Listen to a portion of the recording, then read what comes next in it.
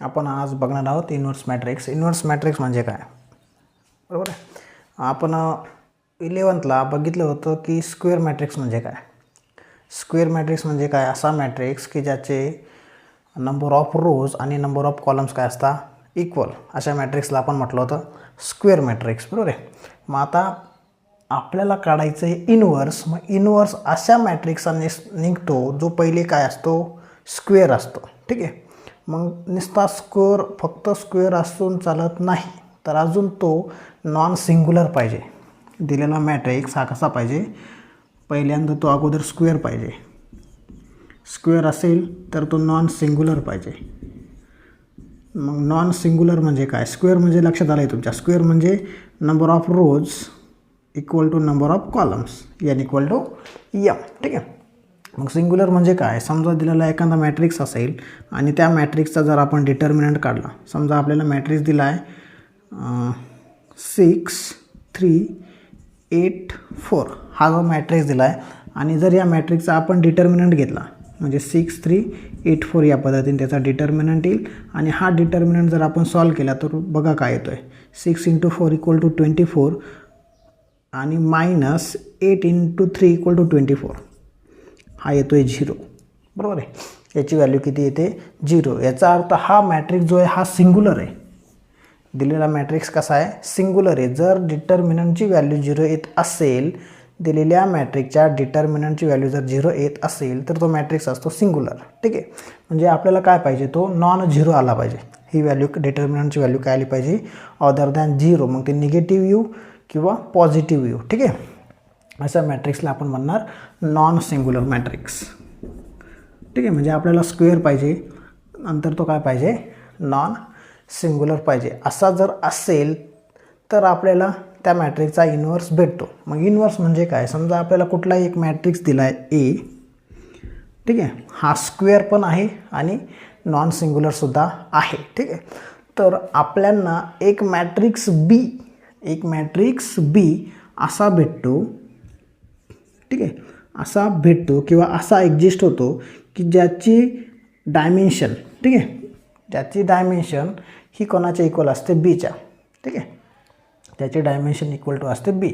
म्हणजे जर बीचे 3/2चा असेल तर बीसुद्धा काय असेल, 3/2चा, ठीक आहे. Equal row equal number of columns. आणि ह्या दोघांचा जर आपण प्रॉडक्ट केला, ए इंटू बी घ्या किंवा बी इंटू ए घ्या, तर हा आय येतो. हा काय येतो, आय म्हणजे आयडेंटिटी, ठीक आहे. मग आयची सुद्धा डायमेन्शन काय असते, जी एची डायमेन्शन असते तीच कोणाची डायमेन्शन असते, बीची, आणि तीच डायमेन्शन कोणाची असणार आहे, आपली आयची. म्हणजे तिघही कशी असणार आहे, square matrix of equal dimension. मग आपण बीला काय म्हणणार, आता ए इंटू बी घ्या किंवा बी इंटू ए घ्या. जर ए इंटू बी हा आय येतो, याचा अर्थ बी हा काय आहे, इन्व्हर्स आहे कोणाचा, एचा, किंवा बी हा इक्वल टू ए इन्व्हर्स म्हणा किंवा बी इन्व्हर्स इक्वल टू ए म्हणा. हे दोघं एकमेकांचे काय झाले, इन्व्हर्स झाले, ठीक आहे. म्हणजे इन्व्हर्स म्हणजे काय बघा, असा मॅट्रिक्स, समजा कुठलाही एक मॅट्रिक्स ए घेतला तर आपल्याला अजून दुसरा मॅट्रिक्स बी असा एक्झिस्ट होतो ऑफ इक्वल डायमेन्शन की त्या दोघांचा जर आपण प्रॉडक्ट केला, ठीक आहे, तर तो प्रॉडक्ट काय भेटतो, आय भेटतो, आयडेंटिटी मॅट्रिक्स भेटतो. मग आपण अशा मॅट्रिक्सला म्हणतो इन्व्हर्स. म्हणजे ए हा बीचा इन्व्हर्स आहे किंवा बी हा एचा इन्व्हर्स आहे, ठीक आहे. मग आता इन्व्हर्स फाइंड करण्यासाठी दोन मेथड आहे. इन्व्हर्स फाइंड करण्यासाठी दोन मेथड आहे. पहिली मेथड जी आहे ती आहे आपली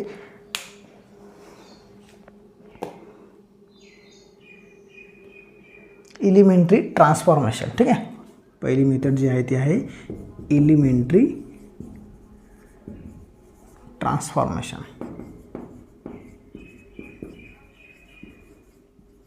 एलिमेंटरी ट्रान्सफॉर्मेशन. आता बघा, ह्या मेथडमध्ये होतं काय, समजा आपल्याला कुठला एक मॅट्रिक्स ए दिलेला आहे, ठीक आहे. कुठला एक मॅट्रिक्स ए दिलेला आहे, तर आपण मानणार काय, कन्सिडर करणार, ठीक आहे. मी आता तुम्हाला डायरेक्टली स्टेप सांगतो. दिलेल्या मॅट्रिक्सचा एलिमेंटरी ट्रान्सफॉर्मेशनने इन्व्हर्स कसा काढायचा, ठीक आहे. समजा आपल्याला कुठला एक मॅट्रिक्स ए दिलेला आहे, तर आपण कन्सिडर करणार A into A inverse equal to I, A into A inverse equal to I. त्यानंतर आपण काय करणार बघा, आपला जो काही मॅट्रिक्स आहे ए दिलेला आपल्याला मॅट्रिक्स, त्या मॅट्रिक्सवरती आपण सुटेबल रो ट्रान्सफॉर्म करणार. सुटेबल रो ट्रान्सफॉर्मेशन घेणार.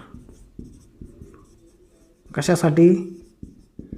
तर ह्या एला आय बनवण्यासाठी. ठीक आहे, या एला आय बनवण्यासाठी आपण काय करणार, सुटेबल रो ट्रान्सफॉर्मेशन घेणार. बरोबर आहे. मग आता ज्या वेळेस आपण या मॅट्रिक्स एला आय बनवणारे जे ऑपरेशन आपण एवरती अप्लाय करणार आहे तेच ऑपरेशन कोणावरती अप्लाय करणार, आयवरती. बरोबर आहे. म्हणजे जेव्हा वेळेस एची व्हॅल्यू आय होईल, बरोबर आहे, म्हणजे आयडेंटिटी मॅट्रिक्स भेटेल, त्यावेळेस इथे काहीतरी एक मॅट्रिक्स दुसरा तयार होईल. कोणाच्या ठिकाणी, आयच्या ठिकाणी. ठीक आहे, म्हणजे आपण पहिल्यांदा कन्सिडर केलं A into A inverse equal to I. नंतर काय करणार, suitable row transformation on A. कशासाठी? To make identity. To make identity matrix. ठीक आहे. आता तेच ऑपरेशन आपण कोणावरती घेणार, perform same operation on matrix I, किंवा same operation on left side झाला. आता राईट साईड आर एच एसला आपण आर एच एस म्हणजे आयवरती सेम ऑपरेशन कोणावरती घेणार, आयवरती. म्हणजे आपल्याला काय भेटेल बघा, ज्यावेळेस ह्या एची व्हॅल्यू आय होईल, हे ऑपरेशन वापरून, म्हणजे आय इंटू ए इनवर्स इकडे तयार होईल आणि ह्या आयचा काहीतरी एक मॅट्रिक्स तयार होईल ज्याला आपण नाव दिलं बी. म्हणजे बघा, आपण आय इंटू आय म्हणजे आयडेंटिटी, आयडेंटिटीने कोणालाही मल्टिपल केलं तर तीच व्हॅल्यू भेटते. बरोबर आहे. म्हणजे ए इनवर्स भेटला आपल्याला बी. काय भेटलं, ए इनवर्स बी. ठीक आहे. आता ही झाली रो ट्रान्सफॉर्मेशनने, ही झाली रो ट्रान्सफॉर्मेशनने. तशीच काय असते, कॉलमने असते. पण बघा आता महत्त्वाची गोष्ट की सुटेबल रो ट्रान्सफॉर्मेशन कसे घ्यायची, सुटेबल रो ट्रान्सफॉर्मेशन कसे घ्यायचे ते घेण्यासाठी सुद्धा एक स्टेप्स आहे. त्या स्टेप्स आपण बघू. समजा आपल्याला एक मॅट्रिक्स दिला आहे बघा, A11, A12, A13, A21, A22, A23, A31, A32, A33, हे सर्वांना माहिती आहे. ठीक आहे. हे आपल्याला हे मॅट्रिक्स दिलेलं आहे. समजा मी याची ऑर्डर घेतली 3x3चा, तुम्ही 4x4 घेऊ शकता किंवा 2x2 घेऊ शकता. ठीक आहे. आपल्याला स्क्वेअर मॅट्रिक्स पाहिजे, बरोबर ना. इन्व्हर्स फाइंड करायचं म्हणजे काय पाहिजे, स्क्वेअर मॅट्रिक्स. मग आपण समजा हा 3x3चा एक स्क्वेअर मॅट्रिक्स कन्सिडर केला आणि आपल्याला काय करायचं बघा, इथे मी व्यवस्थित लिहून घेतलं आहे. आता जो काही मॅट्रिक्स ए आहे त्याला काय करायचं आहे, आयडेंटिटी बनवायचं आहे, बरोबर ना. काय करायचं, सुटेबल रो ट्रान्सफॉर्मेशन घ्यायचं आहे. कशासाठी, कशासाठी, on A to make identity. एला काय करायचं आहे, आयडेंटिटी करायचं आहे. ठीक आहे. मग आता आपण जो पहिला टाईप आहे इलिमेंटरी रो ट्रान्सफॉर्मेशनने आपल्याला काय करायचं आहे, इन्व्हर्स फाइंड करायचं आहे. ठीक आहे. मग त्याच्यासाठी हा जो मॅट्रिक्स ए आहे याला आपण आयडेंटिटी बनवणार. तर आयडेंटिटी बनवण्याच्या ज्या स्टेप्स आहे बघा, स्टेप्स, तर पहिली स्टेप्स आहे हा जो A11 आहे ना, A11 to make A11 as 1.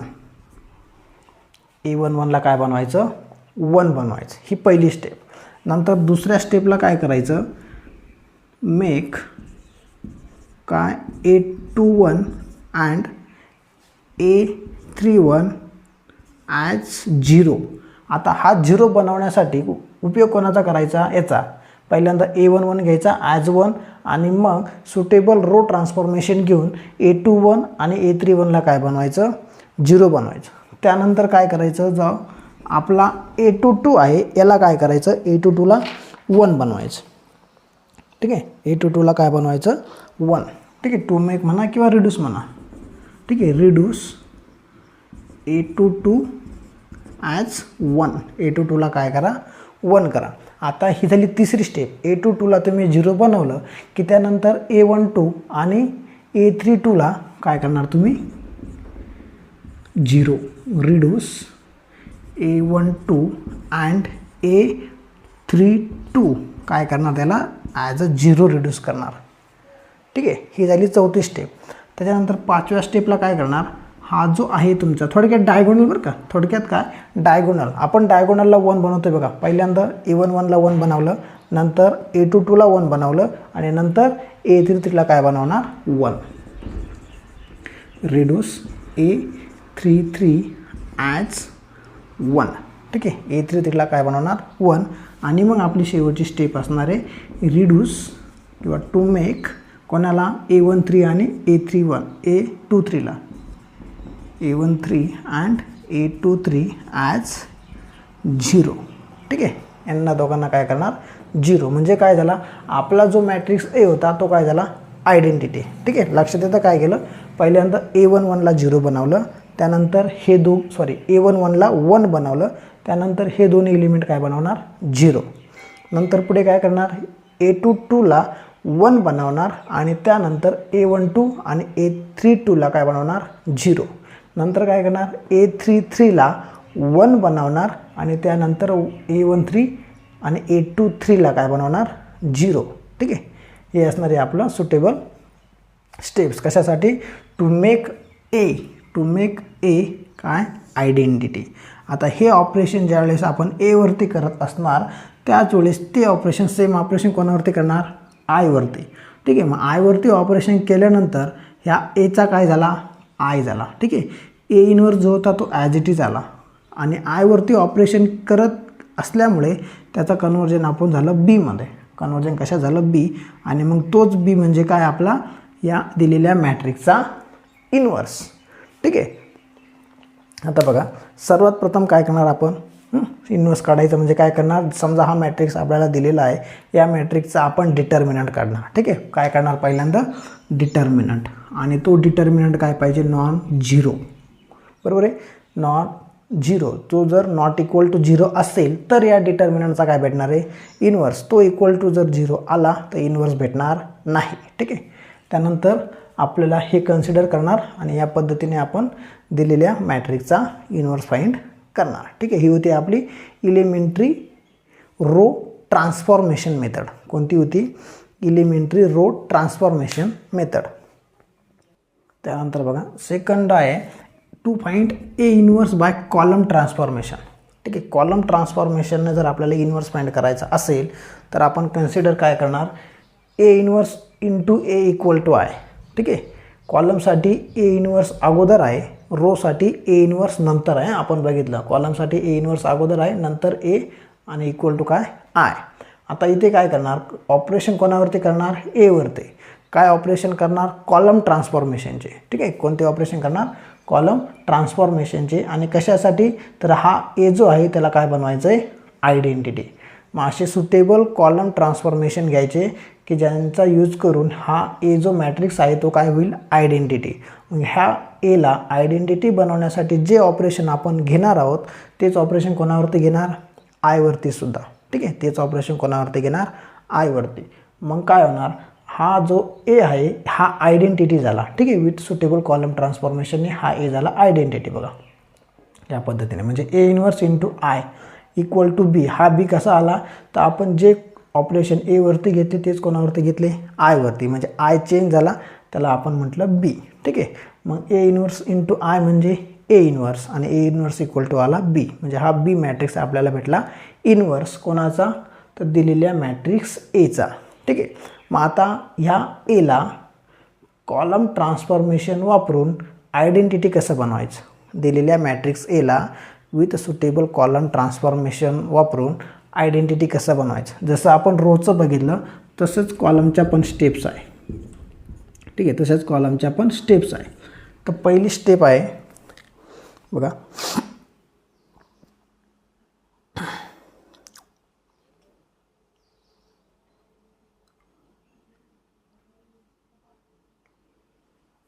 ठीक आहे, पहिली स्टेप आहे. आता पहिल्यांदा दी सेमच आहे. A11ला काय बनवणार रिड्यूस A11 ॲज 1. ठीक आहे, A11ला काय बनवणार 1. त्यानंतर दुसरी स्टेप रिड्यूस. बघा आपण जेव्हा रो घेत होतो तेव्हा रोचे पहिले 0 करत होतो. बरोबर आहे, रोचे A11ला 0 केलं की हे दोघे 0 करत होतो. आता कॉलम ट्रान्सफॉर्मेशन वापरताना कॉलमचे 0 करायचे. ठीक आहे, हा 1 केल्यानंतर हे कॉलमचे काय करायचे 0. म्हणजे कोण A12 आणि A13 यांना काय बनवायचं 0. ठीक आहे, सेम नंतर पुढे कोणला 1 बनवणार A22ला. तिसऱ्या स्टेपला काय करणार A22 जो आहे त्याला काय करणार ॲज 1 बनवणार आणि नंतर पुढच्या स्टेपला काय करणार रिड्यूस. आता A22च्या रोमधले A22चे जे काही रो आहे म्हणजे कोण येईल A21 अँड A23 यांना काय बनवणार 0 आणि 5वी स्टेप नंतर A33ला 1 बनवणार. A33ला काय बनवणार 1. A33ला रिड्यूस करणार ॲज अ 1 आणि मग हे दोघे 0 बनवणार कोण A31 आणि A32 यांना काय बनवणार 0. हा झाला कॉलम ट्रान्सफॉर्मेशन. कॉलमने काय करायचं A11ला 1 बनवल्यानंतर A11च्या रोमधले 0 करायचे. ठीक आहे कॉलमसाठी. A22ला 1 बनवल्यानंतर A22च्या रोमधले 0 करायचे आणि A33ला 1 केल्यानंतर त्याच्या रोमधले 0 करायचे. हे झालं कॉलमसाठी. आणि रोसाठी कसं होतं तर A11ला जर 1 बनवलं तर रोसाठी त्याच्या कॉलममधले 0 करावे लागत होते बरोबर आहे. त्या पद्धतीने A22ला जर 1 केलं तर त्याच्या कॉलममधले काय करत होतो आपण 0. हे झालं column transformation method to find inverse matrix of the given matrix. ठीक आहे. आता आपण बघू बाय ॲडजॉईंट मेथड. ठीक आहे. बघा आता आपण इन्व्हर्सने आपलं ॲडजॉईंट मेथडने इन्व्हर्स कसा काढणार. समजा आपल्याला कुठला एक मॅट्रिक्स दिलेला आहे. आपण समजण्यासाठी स्टेप समजून घेण्यासाठी तो मॅट्रिक्स 2x2चा घेऊ. A11 A12 A21 आणि A22 समजा आपल्याला 2x2चा मॅट्रिक्स दिलेला आहे आणि म्हटलं find the inverse by adjoint method. तर आपण काय करणार दिलेल्या मॅट्रिक्सचे पहिल्यांदा मायनर काढणार. काय काढणार मायनर जो आहे तो डिनोट करता कॅपिटल MIJ ने. कशाने डिनोट करता कॅपिटल MIJ. IJ म्हणजे आयथ रो जेथ कॉलम. ठीक आहे. पहिला M11चा मायनर काय येईल M11 म्हणजे 1 पोझिशनचा रो गेला कॉलम गेला काय उरलं A22. ठीक आहे. त्याच्यानंतर M12 काय येईल म्हणजे 1 पोझिशनचा रो गेला कॉलम गेला काय येईल A21. त्याच्यानंतर A21चा मायनर M21 मायनर 2 पोझिशनचा मायनर काय येईल बघा 2 पोझिशनचा मायनर म्हणजे सेकंड रो गेला फर्स्ट कॉलम गेला कोण उरला A12. ठीक आहे. त्याच्यानंतर पुढचा M22 सेकंड रो गेला सेकंड कॉलम गेला म्हणजे कोण उरला A11. ठीक आहे. या पद्धतीने आले मायनर. हे झाले मायनर. आता को फॅक्टर कसे करणार को फॅक्टर. आता को फॅक्टरचा एक फॉर्म्युला आहे. काय फॉर्म्युला आहे AIJ. को फॅक्टर डिनोट करता AIJ ने equal to -1/i+j. Ith row J नंबरचा कॉलम आणि याला इंटू MIJ म्हणजे मायनर त्या पोझिशनचा मायनर MIJ. समजा आपण पहिल्या पोझिशनचा को फॅक्टर काढतो आहे A11 तर इथे काय येईल -1/i ची व्हॅल्यू 1 j ची व्हॅल्यू 1 आणि M11. ठीक आहे. त्याच्यानंतर दुसऱ्या पोझिशनचा को फॅक्टर इथे काय येईल -1 ची पॉवर 1+2 i+j म्हणजे 1+2 आणि मायनर कोणाचा 1 2चा. ठीक आहे. त्याच्यानंतर बघा A21 second row first column इथे सेम -1/2 पोझिशन 2+1 इंटू मायनर कोणाचा 2 1चा. ठीक आहे. नंतर A22 इथे सेम -1/2 2+1 आणि 2+2 आणि मायनर कोणाचा 2 2चा. या पद्धतीने आपण काढणार को फॅक्टर. हे झाले मायनर. ठीक आहे. आता ह्या जे को फॅक्टर आहे या को फॅक्टरचा मॅट्रिक्स तयार करणार AIJ. त्याला आपण म्हणणार AIJ. हा मॅट्रिक्स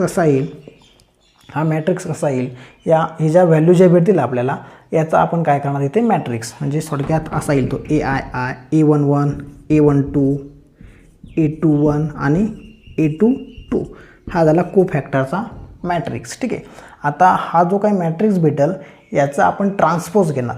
काय करणार या मॅट्रिक्सचा ट्रान्सपोज. समजा आपण याला A म्हटलं तर याचा ट्रान्सपोज घेणार. याला म्हणणार adjoint A. Adjoint of A म्हणजे काय को फॅक्टर मॅट्रिक्सचा ट्रान्सपोज. ट्रान्सपोज म्हणजे काय कॉलमचे रो करणार रोचे कॉलम करणार. म्हणजे कसं होईल बघा हा जो रो आहे याचा काय होईल कॉलम A11 A12 हा जो रो आहे याचा काय होईल column, second Rochak second column होईल A21 A22. याला म्हणणार आपण दिलेल्या मॅट्रिक्सचा ॲडजॉईंट मॅट्रिक्स. ठीक आहे. मग आता इनवर्स पुढची स्टेप असणार आहे inverse. A inverse equal to 1 mod of A into adjoint A. हा ॲडजॉईंटचा शॉर्ट फॉर्म आहे ADJ ॲडजॉईंट ए. हा असेल तुमचा इनवर्स. हा काय झाला तुमचा इनवर्स. ठीक आहे. लक्षात आलं स्टेप कशा घेतल्या. परत बघा, समजा आपल्याला असा 2x2चा मॅट्रिक्स दिलेला असेल तर मायनर काढणार. मायनर म्हणजे काय MIJ. ठीक आहे. मायनर म्हणजे दिलेल्या जो काही एलिमेंट घेणार आपण त्या एलिमेंटचा रो सोडून कॉलम सोडून उरलेला ज्या व्हॅल्यू असतील त्याचा डिटर्मिनंट. आता 2x2चा असल्यामुळे आपल्याकडे फक्त पहिल्यासाठी A22 उरला. 3x3चा असता तिथे जे काही उरला असतं त्याचा आपण डिटर्मिनंट घेतला असता. त्यानंतर परत 1-2 M12 म्हणजे काय की 1-2 पोझिशनच्या एलिमेंटचा मायनर म्हणजे त्याचा रो आणि कॉलम गेला. ठीक आहे. या पद्धतीने सगळे मायनर काढून घेणार. त्यानंतर को फॅक्टर काढणार. को फॅक्टरचा फॉर्म्युला काय आहे AIJ equal to -1/i+j MIJ. ठीक आहे. MIJ म्हणजे मायनर हे आपण इकडे काढले. ठीक आहे. या पद्धतीने सर्व काय काढणार को फॅक्टर. सगळे को फॅक्टर काढल्यानंतर काय काढणार त्याचा मॅट्रिक्स लिहिणार. ठीक आहे. हा मॅट्रिक्स झाल्यानंतर याचा काय काढणार ॲडजॉईंट ए. ॲडजॉईंट ए म्हणजे काय जो आपला को फॅक्टरचा मॅट्रिक्स आला त्याचा ट्रान्सपोज. को फॅक्टरच्या मॅट्रिक्सचा ट्रान्सपोज त्याला म्हणणार ॲडजॉईंट. मग आता डायरेक्टली शेवटला ए इनवर्सचा formula 1 mod of A adjoint A. Mod A म्हणजे डिटर्मिनंट. हां दिलेला जो काही मॅट्रिक्स असणार आहे आपला त्याचा डिटर्मिनंट हा जर झिरो नसेल तर इनवर्स निघतो. सांगितलं मी नॉन सिंग्युलर पाहिजे. बरोबर आहे. म्हणजे इथे व्हॅल्यू काहीतरी येईल नॉन झिरो व्हॅल्यू येईल. या पद्धतीने आपण काय करणार दिलेल्या मॅट्रिक्सचा इनवर्स काढणार. ठीक आहे. आता आपण बघू एक्झरसाइज 2.2. बघा आपल्याला एक्झाम्पल दिलं आहे find the cofactor of the following matrices. Following मॅट्रायसेसचे काय काढायचे को फॅक्टर. ठीक आहे. मग आता को फॅक्टर काढण्यासाठी अगोदर आपल्याला मायनर माहिती पाहिजे. अगोदर काय माहिती पाहिजे मायनर. मायनरचा फॉर्म्युला माहिती आहे तुम्हाला. ठीक आहे. M11 म्हणजे काय पहिली पोझिशन 1 पोझिशनचा जो काही एलिमेंट आहे म्हणजे 2 याचा रो आणि कॉलम सोडून उरलेलं काय आहे 5. ठीक आहे. 1 पोझिशनचा एलिमेंट सोडून 1 पोझिशनच्या एलिमेंटचा रो आणि कॉलम सोडून उरलेलं कोण आहे 5. म्हणजे 1चा मायनर आला 5. ठीक आहे. त्याच्यानंतर M12चा मायनर काय येईल 1-2 म्हणजे ही पोझिशन. मग -3चा रो आणि कॉलम सोडून उरलं कोण 3 म्हणजे M12 आला 3. त्याच्यानंतर 3साठी 3ची पोझिशन आहे 1-2-1. ठीक आहे. M21 मग 2-1 म्हणजे 3चा रो सोडला कॉलम सोडला कोण उरलं -3 म्हणजे M21 आला -3. त्यानंतर M22 कसा काढणार तर M22चा रो आणि कॉलम सोडून द्या. M22 म्हणजे 5चा रो आणि कॉलम सोडला उरलं कोण 2 हे आले मायनर. ठीक आहे. हे आले मायनर. आता काय काढणार को फॅक्टर. को फॅक्टर आपण डिनोट करतो AIJ ने. ठीक आहे. मग A11 कसा काढणार त्याचा फॉर्म्युला आहे -1/i+j. बरोबर ना. म्हणजे 1+1 इंटू M11. बरोबर आहे. को फॅक्टरचा फॉर्म्युला आपण घेतला होता. काय फॉर्म्युला होता -1/i+j इंटू MIJ. ठीक आहे. मग बघा -1/1+1 म्हणजे किती झाली 2. ठीक आहे. आणि M11ची व्हॅल्यू किती आली आहे 5. M11ची व्हॅल्यू आली आहे 5. मग -1चा स्क्वेअर म्हणजे 1च. 1 इंटू 5 किती झाले 5. म्हणजे आपला पहिला को फॅक्टर आला 5. आता एवढं सॉल्व करण्याची गरज नाही आहे. ठीक आहे. आपल्याला एक्झाम्पल सॉल्व करताना एवढं सॉल्व करायची गरज नाही. डायरेक्ट लिहिलं तरी चालतं. ठीक आहे. त्यानंतर पुढचा कोण A12 दुसरा को फॅक्टर. आता दुसरा को फॅक्टर काय येईल -1/iची व्हॅल्यू 1 + 2 आणि M12 हां M12ची व्हॅल्यू बघा इथे 1-2 येईल. M12ची व्हॅल्यू काय 3. ठीक आहे. म्हणजे डायरेक्टली आपण आन्सर लिहिलं तरी चालतं किंवा तुम्ही इथे म्हणा M12. ठीक आहे. आता -1/1 + 2 म्हणजे 3 झाले, -1/3 आणि M12ची व्हॅल्यू आली 3. -1चा क्यूब हा -1च येणार आहे आणि इंटू 3 म्हणजे आन्सर आला आपलं -3. -1 × 3 म्हणजे -3. हा झाला A12. त्याच्यानंतर पुढचा कोफॅक्टर काढू A21. A21 म्हणजे काय, -1/i ची व्हॅल्यू 2 + 1 आणि 1 पोझिशनचा मायनर, M21 पोझिशनचा मायनर. बोला -1/3 आणि 1चा मायनर आहे -3. बरोबर आहे. म्हणजे किती आला बघा, -1चा क्यूब -1 × -3, -1 × -3 + 3 म्हणजे आपला A21 किती आला, 3 आला. ठीक आहे. त्याच्यानंतर शेवटचा राहिला A22. A22चा कोफॅक्टर -1/2 2 + 2 into M22. ठीक आहे, इंटू M22. -1/2 किती झाले 4, -1/2 2 + 2 म्हणजे झाले 4 आणि M22ची व्हॅल्यू आहे 2. हे इथे 2. ठीक आहे. -1/4 म्हणजे 1 इंटू 2 म्हणजे किती आला 2. ठीक आहे. म्हणजे आपले कोफॅक्टर काय आले, 5 आला, -3 आला, 3 आला आणि 2. या सर्वांचा काय मॅट्रिक्स म्हणजे कोफॅक्टर मॅट्रिक्स. आपल्याला फक्त कोफॅक्टरच फाइंड करायला सांगितले, मॅट्रिक्स फाइंड करायला सांगितलेला नाही आहे. या पद्धतीने आपले आले कोफॅक्टर. ठीक आहे. 5 -3 3 आणि 2 हे झाले दिलेल्या मॅट्रिक्सचे कोफॅक्टर्स. बघा आपल्याला एक्झाम्पल नंबर 2 दिला आहे. 1 -1 2 -2 3 5 -2 0 -1. सेकंड एक्झाम्पल दिलं आहे. आपल्याला काय करायचं आहे, आपल्याला फाइंड करायचं आहे कोफॅक्टर. बरोबर, कोफॅक्टर फाइंड करायचे. कोफॅक्टर फाइंड करण्यासाठी आपण पहिल्यांदा फाइंड करणार मायनर. काय फाइंड करणार, मायनर. तर M11 कसा येईल मग, M11 म्हणजे पहिल्या पोझिशनचा जो एलिमेंट आहे त्याचा रो आणि कॉलम सोडून द्या. कोण उरतं, तर इथे उरतो एक डिटर्मिनंट. कोण, 3 5 0 -1. जे काय उरतं त्याचा आपण घेणार डिटर्मिनंट. ठीक आहे. हा डिटर्मिनंट किती आला, 3 × -1 -3 -0 × 5 0 म्हणजे आला आपला मायनर आला -3. दुसरा बघा M12 दुसऱ्या पोझिशनसाठी म्हणजे -1 साठी M12 ही पोझिशन. मग ह्या पोझिशनचा रो सोडला, कॉलम सोडला, कोण उरला -2 5 -2 -1. बरोबर आहे. -2 5 -2 -1. बरोबर आहे. ह्या 1 2 पोझिशनचा रो सोडला म्हणजे पहिला रो आणि दुसरा कॉलम सोडला, उरलं -2 5 -2 -1. त्याचा डिटर्मिनंट बघा काय येतोय, -2 × -1 2 हा फॉर्म्युल्याचा मायनस, -2 × 5 -10 -10 आणि मायनस +10 2 + 10 12. ठीक आहे. त्याच्यानंतर पुढचा बघा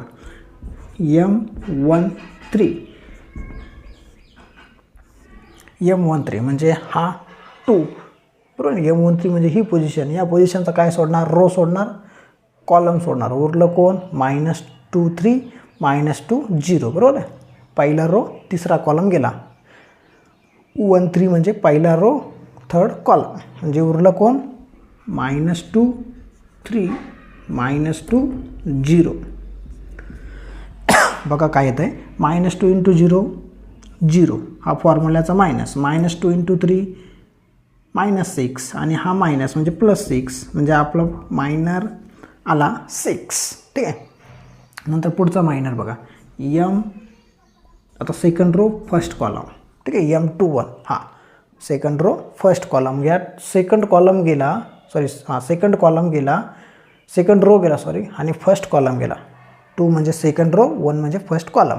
ठीक आहे. मग हा सेकंड रो गेला, कॉलम गेला, उरलेला डिटर्मिनंट बघा. रो गेल्यानंतर कॉलम गेल्यानंतर उरला -1 2 आणि 0 -1. हा डिटर्मिनंट सॉल्व केला आपण. इथे -1 × -1 +1 हा फॉर्म्युल्याचा मायनस, 0 × 2 0 1 - 0 उरला, 1 म्हणजे आपला मायनर आला 1. ठीक आहे, पुढचा बघू. पुढचा मायनर. आता पुढचा मायनर म्हणजे कोणता? 2 1 झाला. आता 2 2 M22चा रो आणि कॉलम सोडून द्या.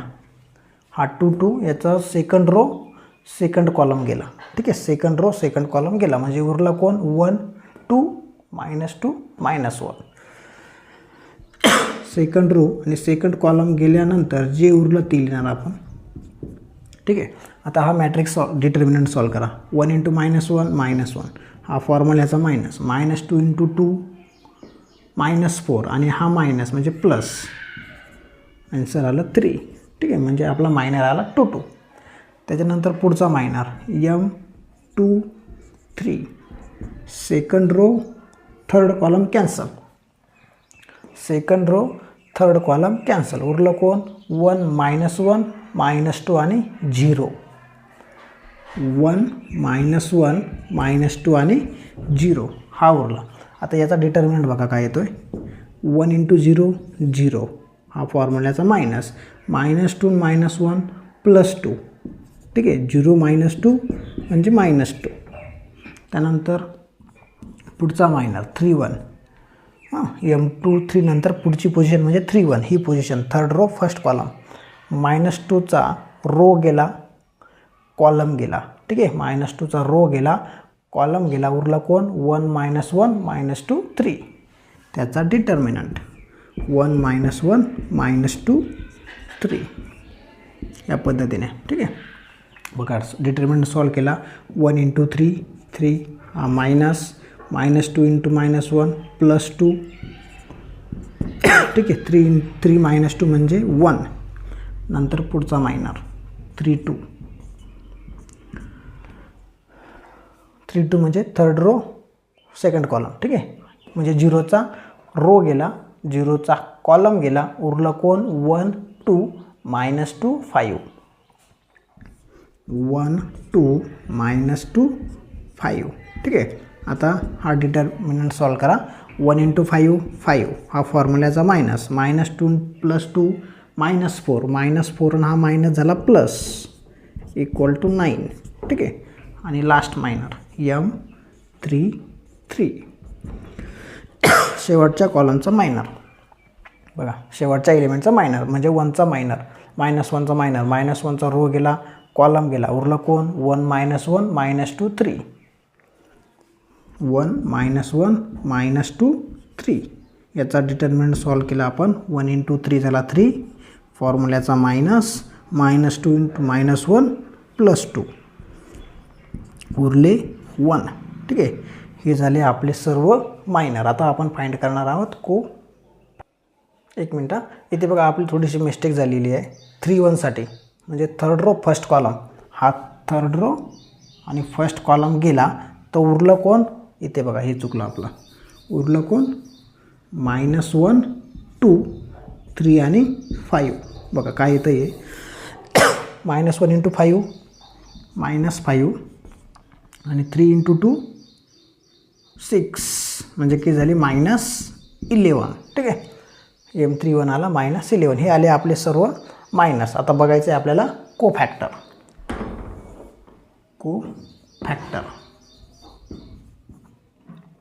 कोफॅक्टरचा फॉर्म्युला आपल्याला माहिती आहे. कोफॅक्टरचा फॉर्म्युला काय आहे? कोफॅक्टरचा फॉर्म्युला आहे -1/i + j × mij. ठीक आहे, आपण डायरेक्टली फाइंड करू आता. A11 काय येईल मग? बघा A11 येईल -1/1 + 1 आणि M11ची व्हॅल्यू माहिती आहे आपल्याला. काय व्हॅल्यू आहे? -3. ठीक आहे, आणि हे -1/1 + 1 म्हणजे 2. -1/2 म्हणजे किती? 1. म्हणजे 1 × किती? M11ची व्हॅल्यू आहे -3. ठीक आहे, म्हणजे इथे आला -3 × -3 = -3. हा आला A11. A12 काय येईल मग? A12 म्हणजे -1/1 + 2 × M12.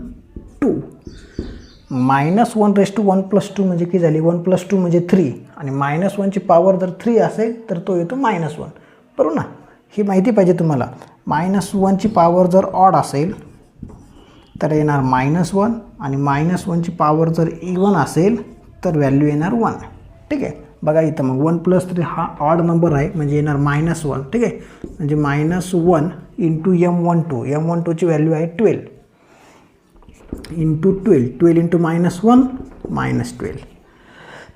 पुढचा A13